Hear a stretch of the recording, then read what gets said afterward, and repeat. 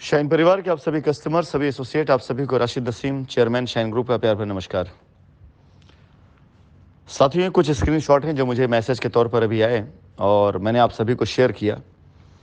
तकरीबन ऐसे 20 से 25 लोगों के मैसेज हैं जिनकी परेशानियों को, दिक्कतों को देख करके मुझे ऐसा फील हुआ कि इन सब का वाकई कोई कसूर नहीं है। किसी ने अपने माँ बाप के इलाज के लिए पैसे जमा किए, किसी ने अपनी बहनों की शादी के लिए पैसे जमा किए, किसी ने अपने जीवन भर की कमाई ये सोच के लगा दिया कंपनी से कुछ फ़ायदा मिलेगा।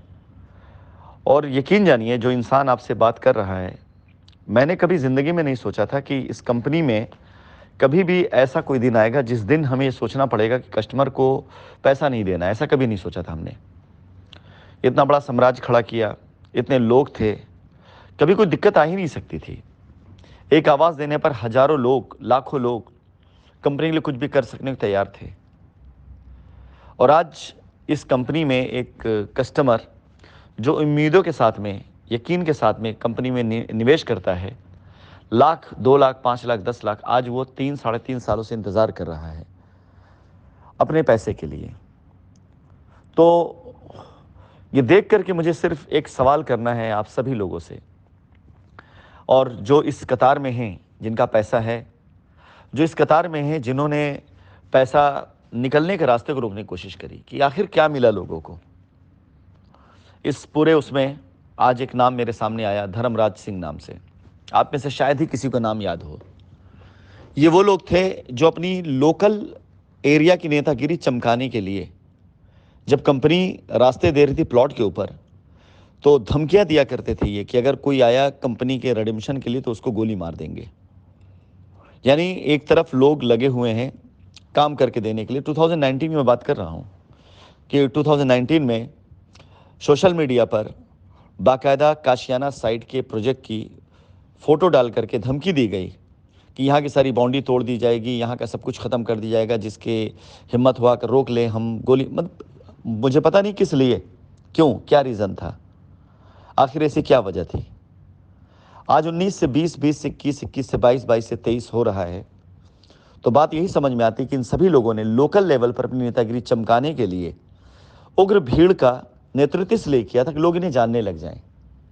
ना एक गोली चली इनसे, ना इन्होंने अब कोई आवाज़ उसके आगे उठाई। ख़त्म हो गई, इनकी लाइबिलिटी भी ख़त्म हो गई और ये अपने सीन से गायब हो गए। लड़ना था तो आकर के तब तक लड़ना चाहिए था जब तक कंपनी पूरी लाइबिलिटी आखिरी बंदे के न उतार दे। आज कितने लोग हैं। एक कोई कौशाम्बी से एक बंदा था जिसने एक संगठन बनाया था फाइटर नाम से, और वो बड़ा तेज़ी से आप लोगों से पैसा इकट्ठा कर गाड़ी ले लिया, मकान बना लिया और न जाने कितनी चीज़ें हुई। आज उनमें से कोई भी व्यक्ति आपका पैसा वापस दिलाने के लिए आपके सामने कहीं नहीं खड़ा है। जो लोग उसके साथ जाते गए, आज उनमें से कितनों को पैसा मिला है आप खुद देख लीजिए। लड़ना था तो आखिरी दम तक लड़ना चाहिए था। संगठन और बनाए गए। एक महिला थी जिन्हें बिल्कुल ये पता नहीं था कि संगठन होता क्या है और लीगल क्या चीज़ें होती हैं। वो दुबई तक चली आई कि हम दुबई जाएंगे और राशिद नसीम के ख़िलाफ़ कंप्लेन करा के उनको लेके चले आएंगे। उनके संगठन के नाम पर खूब पैसे इकट्ठा हुए। मिथलेश फाउंडेशन, अगर आप भूले ना हो, बेइंतहा पैसे इकट्ठा किए गए, करोड़ों रुपए लिए गए। अपने उस संगठन को अगर संचालित करना था तो आखिरी दम तक लड़ना था कस्टमर के लिए। और ऐसा कई बार हुआ कि उन्होंने खुद की पर्सनल लाइबिलिटी का हवाला देकर कई बार मैसेज करवाया कि अगर हमारी पर्सनल लाइबिलिटी ख़त्म कर दी जाती है तो हम किनारे हट जाएंगे, हम सब ख़त्म कर देंगे। व्यक्तिगत तौर से मैं चाहता तो समय उनके हाथों में कठपुतली बन जाता और शायद मेरे ख्याल से उनको सुन करके उनके साथ हो लेता और आप सभी लोग तकते रह जाते हैं।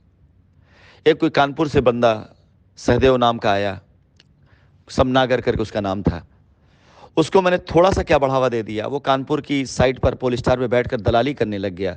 लाखों रुपए वहाँ से लेकर के कस्टमर से लाइबिलिटी उतारने के नाम पे चंपत हो गया। और वो भी स्टेज पर खड़ा होकर के इको गार्डन में भाषण दे रहा था, और वही वीडियो मुझे भेजकर मुझे बताया उसने कि मेरे कंट्रोल में सारे कस्टमर हैं। सौदेबाजी करते थे ये सारे लोग। आपकी लाइबिलिटी के लिए आज कोई नहीं खड़ा है। आज की तारीख में कोई बंदा ये सामने आकर ये कहने को तैयार नहीं है कि हाँ 4 साल हो गए, हमने वादा 2 साल 3 साल पहले किया था और अब आपकी लाइबिलिटी दिला चुका होता। अब तक इनमें से कोई सामने नहीं आया।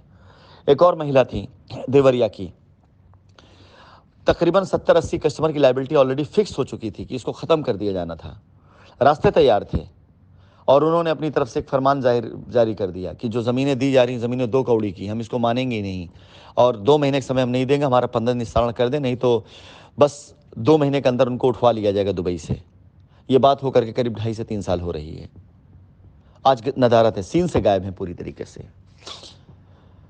कुछ वकील लोग थे, उनमें से एक आध 2 लोग अभी भी तड़प रहे हैं, अभी भी आवाज़ उठाने की कोशिश करते हैं फालतू की, जिसका कोई दम नहीं। कभी ये झूठ, कभी वो झूठ, कभी इस पे झूठ, कभी उसका झूठ।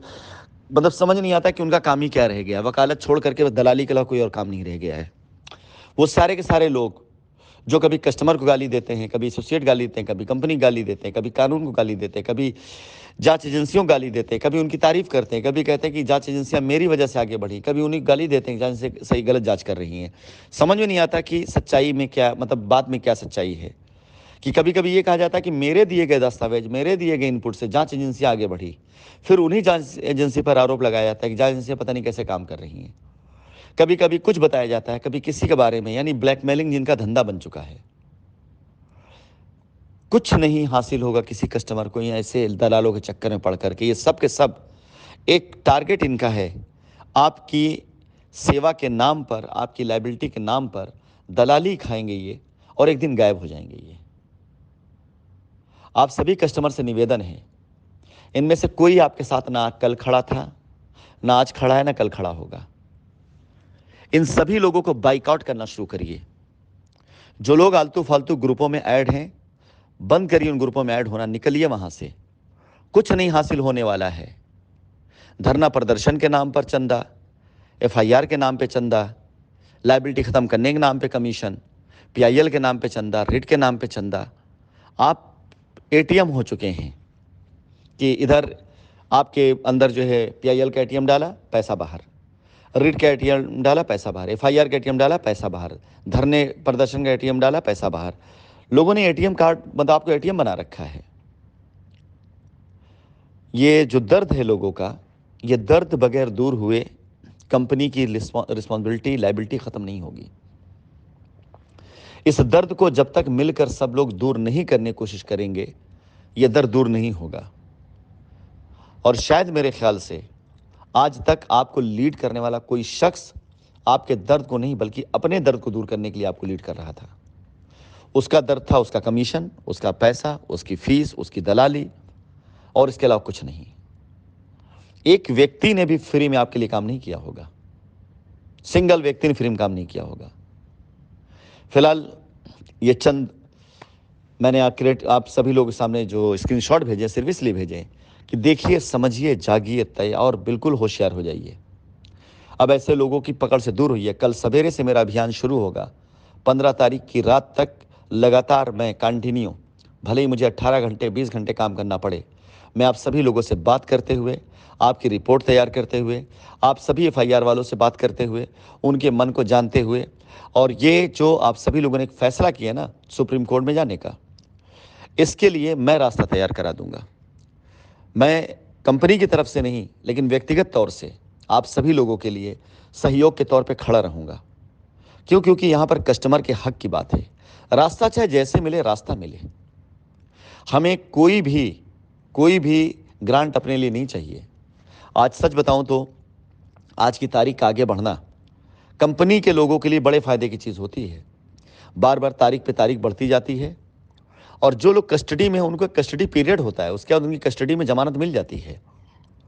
कोर्ट की तरफ से, कानून संविधान का ये माना जाता है कि आप सज़ा से ज़्यादा बेल पर फोकस करिए, जेल से ज़्यादा बेल को फोकस करिए। तो हमारे लोग जो भी अंदर हैं, आज नहीं कल, कल नहीं परसों, परसों कभी निकल आएंगे बाहर। कोई मर्डर केस नहीं उनके ऊपर। लेकिन होगा क्या, एक बार जब लोग बाहर निकल जाते हैं ना, तो वो ध्यान देना बंद कर देते हैं। आप मुझे बताइए, जितने लोग जेल के अंदर जाकर बाहर आए, क्या उनमें से आज कोई भी बंदा खड़ा है इस लायबिलिटी को पकड़ करके? नहीं, सब ने कह दिया हमें जेल हो गई, जमानत पे बाहर, अब जेल नहीं जाएंगे। अब वो अपना काम कर रहे हैं, और जिसने जमानत ले ली तो कर ही रहा अपना काम। तैयारी कर लीजिए कल से, एकजुट होने के लिए। आप थे ही एकजुट, और मजबूती से एकजुट होने के लिए, ताकि हर किसी को दिखा सकें कि कंपनी और कस्टमर दोनों ने मिल करके दुनिया को जवाब दिया कि कंपनियां भागती होंगी वो कोई और होंगी, शाइन सिटी नहीं थी वो, क्योंकि शाइन सिटी शाइन परिवार था।